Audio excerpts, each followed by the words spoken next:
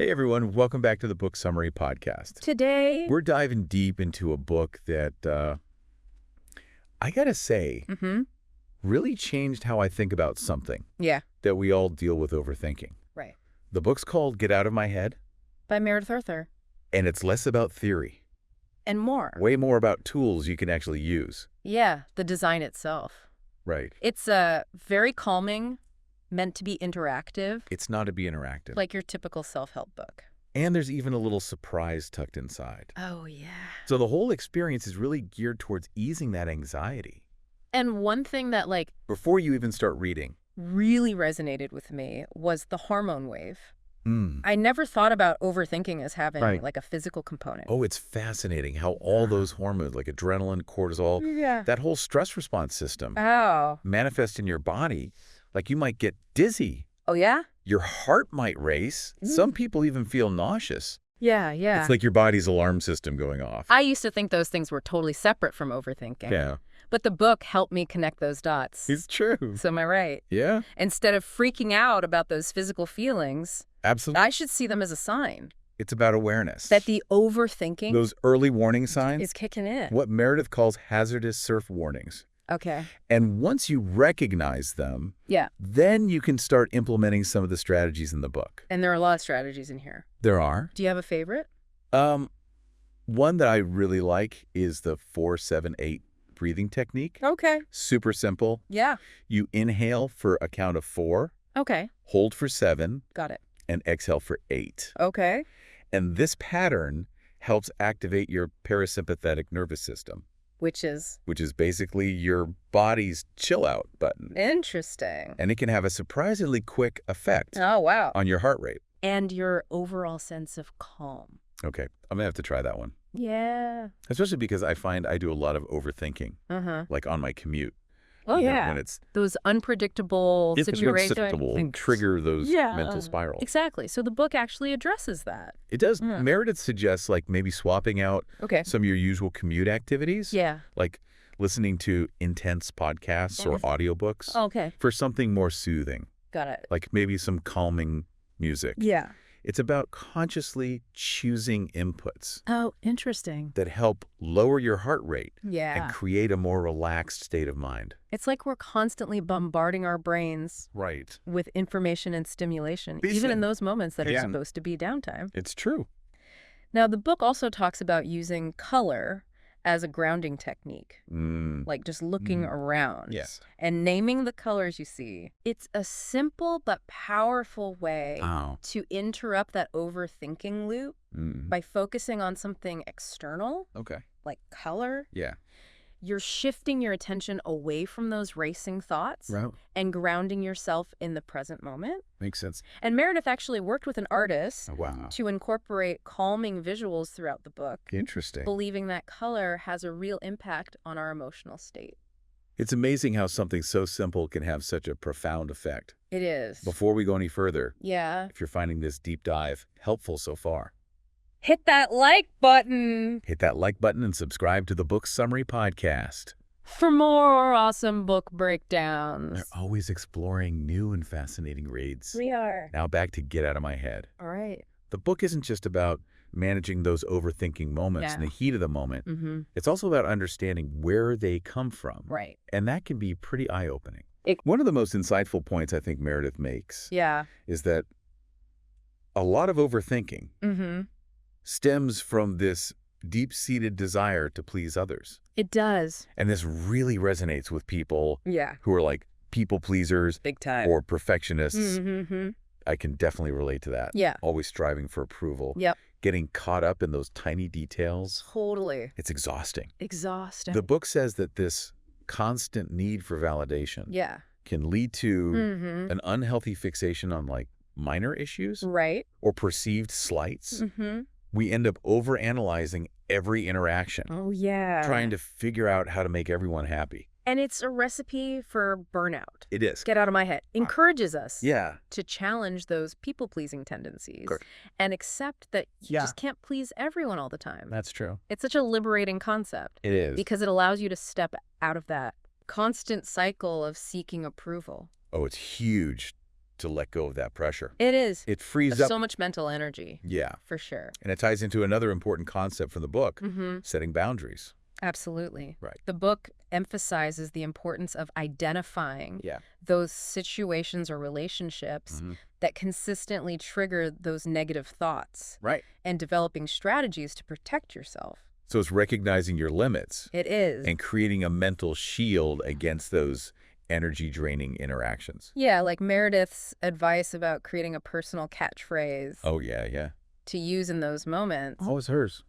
When you feel your boundaries being pushed, hers was protect the head. Oh, I love that. It's great. It's a mental reminder to prioritize your well-being. It's like a little mantra. Yes. You can repeat to yourself to stay grounded. Exactly. The book also talks about the importance of embracing imperfection. It does. Especially when it comes to trying new things. New things. Like Meredith Yeah. emphasizes the joy of engaging in hands-on hobbies. Things like clay throwing or knitting. Yeah. It's about the process, the creative expression, the learning experience, not about achieving some level of perfection. That's a big shift for a lot of us. It is. We're so conditioned to focus on Outcomes and achievements that we forget about. Yeah. The simple pleasure of doing something just for the sake of doing it. Right, exactly. Yeah. Now, one of the concepts that really intrigued me Okay. was this idea of an energy budget. Can you explain what that is? Sure. The book proposes that we treat our energy like a finite resource, Okay. just like you budget your money. Makes sense. You need to be mindful of how you spend your energy, especially if you tend towards people-pleasing and overthinking. So saying yes to everything and everyone. Can really deplete those energy reserves, leaving you feeling drained and more susceptible to overthinking. That makes sense. It's about recognizing your limits and making conscious choices about how you allocate your time and energy. Okay. The book suggests keeping a mental energy balance sheet. Wow. Where you track your energy levels Interesting. and make adjustments as needed. That's a fascinating concept. It is. It's about being intentional It is. with your energy and prioritizing your well-being. And it really highlights the importance of self-care. Yeah. The book encourages us to find activities that recharge our energy, whether it's spending time in nature or listening to music or just taking a few moments for quiet reflection. Okay. To make time for those things, even if it means saying no to other things. Self-care isn't selfish. It's not. It's essential. It's essential. For managing that mental energy and preventing the overthinking. Absolutely. Okay, I got to ask about the cold showers. The cold showers. Did you try that one? You know, I haven't taken the plunge myself. Okay. But the book talks about Yeah. experimenting with temperature Interesting. as a way to kind of interrupt overthinking patterns.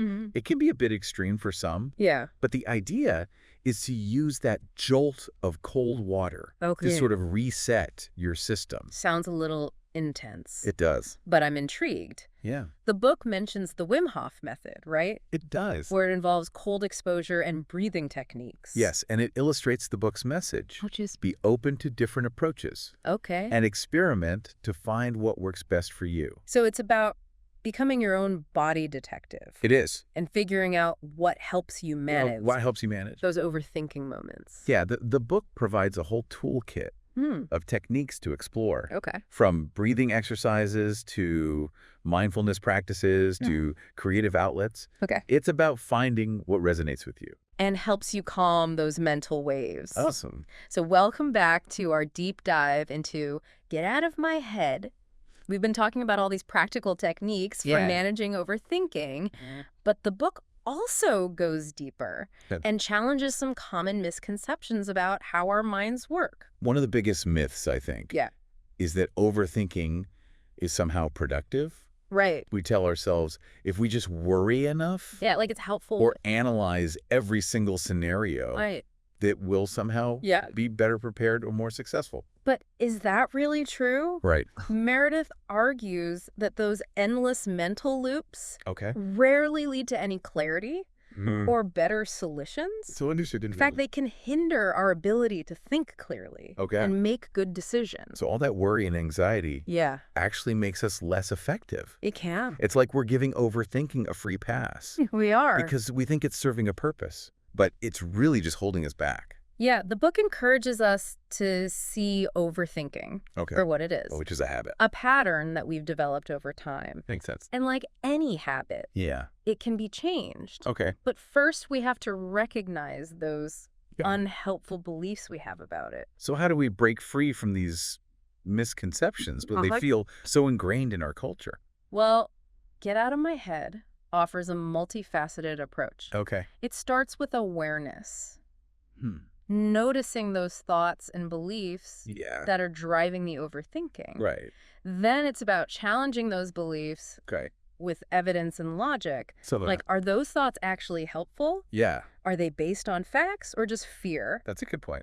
And finally, replacing those negative beliefs with more positive and empowering ones. It's like a mental makeover. It is. We're decluttering all those negative thought patterns. We are. And creating space for a more balanced and positive outlook. More balanced, more positive, exactly. And speaking of joy, all right. One of the things I love about this book is its emphasis on playfulness. Oh, it's so important. It's not all this like serious self-reflection and analysis. Not at all. It encourages us to lighten up. Lighten up, have some fun. And have fun. Yes. Which I think a lot of us overthinkers, especially overthinkers, forget to do. Yeah. Meredith recognizes the importance of incorporating play and levity into our lives, especially when we're feeling stressed or overwhelmed. It's like giving our brains a break. It is. From all the mental chatter. Yeah. And that's where I think those hands-on hobbies come in. They do. The book talks about the benefits of like knitting, clay throwing. So anything that gets us out of our heads and into our bodies. Yeah. And it's not about achieving perfection in those hobbies. Right. It's about the process, the enjoyment, the creative expression. It's about getting lost in the moment. Yes. Allowing ourselves to just be. Just be. So the book kind of goes deeper. It does. Into this self-exploration in a chapter called Digging Deeper. Yeah, it encourages us to go beyond those surface level techniques. And really examine the underlying patterns and beliefs that are fueling our overthinking. Makes sense. It can be uncomfortable because it requires us to face some difficult truths about ourselves and our habits. It's getting to the root of the issue. It is. Not just managing the symptoms, but understanding the source. The source of those overthinking patterns. Meredith gives us some great tools for this deeper exploration. She talks about becoming a body detective. Paying close attention to the physical sensations that accompany our overthinking. So like noticing an increased heart rate? Yeah, tension in our shoulders. That feeling of a knot in your stomach. Oh, yeah. Those physical sensations are like clues. Wow. Giving us insights into what's happening beneath the surface. So it's learning to listen to our bodies. It is. And understand what they're trying to tell us. Yes. And it's not just about identifying those physical manifestations. It's also about experimenting with different strategies to manage them. Got it. Being proactive rather than reactive to those overthinking moments. So it's recognizing those early warning signs. It is. And taking action to calm the waters before the storm hits. Exactly. Interesting. Meredith provides a toolbox of techniques for riding those waves. Like deep breathing, visualization, taking a walk in nature, even just changing your environment. The key is to experiment and find what works best for you. So we're taking control of our mental state rather than feeling at the mercy of our thoughts. That's the goal. Speaking of taking control.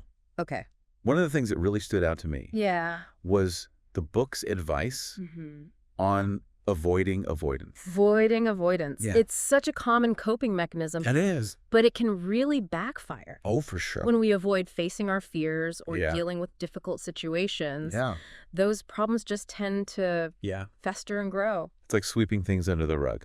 It is. Only to find a bigger mess later on. Yeah, and it takes so much energy. It does. To keep all that stuff hidden away. Right, so Meredith encourages us. She does. To face those challenges head on. She does. So it's about recognizing that avoidance is a form of risk, too. It is. Sometimes the risk of inaction is greater than the risk of taking action. Absolutely. So it's weighing those risks. It is. And making a conscious choice to move forward. Yeah. Even if it's uncomfortable. Even if it's uncomfortable. It's trusting our ability to navigate those challenges. Yeah. And knowing that even if things don't go as planned, right, we can learn and grow from the experience. Absolutely. And we're not alone in this. We're all face those moments of fear, uncertainty, part of being human. doubt. But we also have the inner strength. We do. And resilience to overcome them. We just need a little reminder sometimes. Yeah. That we have that within us. So empowering to remember that. It is. Now, there's a whole chapter in the book dedicated to end-of-year catastrophizing. Yes. What is that? Well, it's that tendency to magnify our worries and anxieties as the year comes to a close. Okay. It's often fueled by that pressure to reflect on our accomplishments, set resolutions, and face the unknown of a new year. All those expectations and pressures can feel pretty overwhelming. They can. It's like all of those unresolved anxieties of the year come bubbling up. They do. Yeah. And it's a time when those cognitive distortions, those negative thought patterns can really take hold. Okay. You know, things like catastrophizing, black and white thinking, overgeneralization. Those are those mental traps we talked about. Yeah, earlier in the book. And they seem like they're especially potent. They are. During the holidays, when we're already feeling stressed. Stressed and overextended. Exactly. So Meredith encourages us to be extra vigilant about challenging those distortions, recognizing that our thoughts are not always an accurate reflection of reality. That's true. And we have the power to choose a more positive and balanced perspective. The end of the year can be a time for reflection. It can. But it's also a time for forgiveness and renewal. Beautifully said. Yeah. It's a reminder to let go of the past and embrace the possibilities of a new beginning. Okay. And we have the tools and resources to navigate those challenges. The book reminds us to draw on those strategies. It does. We've been exploring. Yes. Like deep breathing, visualization, self-care, connecting with supportive people. Absolutely. To build that inner strength and resilience. Yeah. So we can face those inevitable ups and downs. The ups and downs are inevitable. With more grace and ease. With grace and ease. And to remember that even in those moments when we feel overwhelmed, we're capable of finding peace and joy. Welcome back to the final part of our deep dive into Get Out of My Head. It's been a journey. It has. Exploring all those tools and insights that Meredith offers. For taming the overthinking. For taming those overthinking tendencies. Yeah. We've covered a lot of ground. We have. From understanding those physical signs of overthinking to recognizing those unhelpful beliefs that fuel it. Right. We've explored a wide range of strategies for finding more peace and clarity. I feel like I have a whole new perspective on how my mind works. It's empowering. And more importantly, how to actually take control of those mental spirals. One of the most empowering concepts. Yeah, what was your favorite? But we talked about was the virtuous cycle. Oh, yeah. It's this idea that small positive actions can build upon each other to create lasting change. It's like a positive feedback loop. It is. Where self-awareness leads to self-acceptance. Which empowers us to set boundaries and ultimately find more balance and joy. It's amazing how interconnected all of these concepts are, and it highlights that power of consistency. Right. It's not about finding a quick fix. Not at all. It's about building healthy habits. It's a journey. One step at a time. The book emphasizes that. Yeah. There's no magic solution. Right. It's about embracing that journey. Yeah. Not just striving for the destination. And being patient. Being patient with ourselves. With ourselves. And celebrating those small victories. Speaking of small victories. Okay. I got to ask about that surprise. Tucked away in the back of the book. A little surprise. Did you peek? Of course I peeked. Okay. I won't spoil it for our listeners, but I will say. Yeah. It's a beautiful, tangible representation of the book's message. Embodies that power of shifting our perspective. Yeah. And finding those moments of peace and wonder. Yeah. In the everyday world. It's like a little reminder to carry with you. It is. Like a symbol of the journey you're on. It ties into the book's emphasis on gratitude. Oh, yeah. Taking time to acknowledge the good things in our lives, even the small things, can have a profound impact on our well-being. Gratitude is such a powerful antidote. It is. To overthink. It shifts our focus from what's wrong to what's right. From what's lacking to what's abundant. It helps us appreciate the present moment. It does. Rather than getting lost in the past or the future. Exactly. And it's a practice we can cultivate every day. We can. Whether it's making a gratitude list, expressing appreciation to loved ones, or just taking a moment. To savor a sunset. To savor a beautiful sunset. There's countless ways to weave gratitude into our lives. It's about making that conscious choice. It is. To focus on the positive. Even amidst the challenges. And setbacks.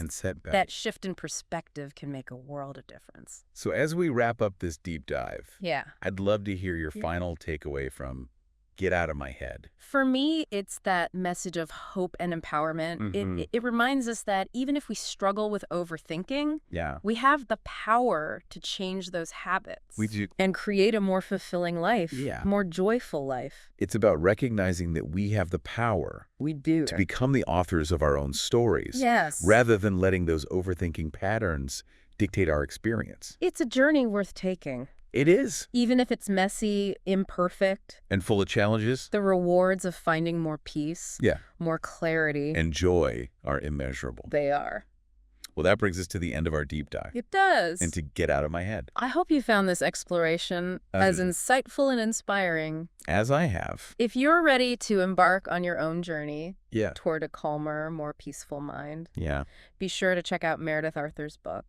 And of course, if you enjoyed this episode, give it a like. Give it a like and subscribe to the Book Summary Podcast. For more deep dives into books that can change your life. Thanks for listening. Thanks for listening.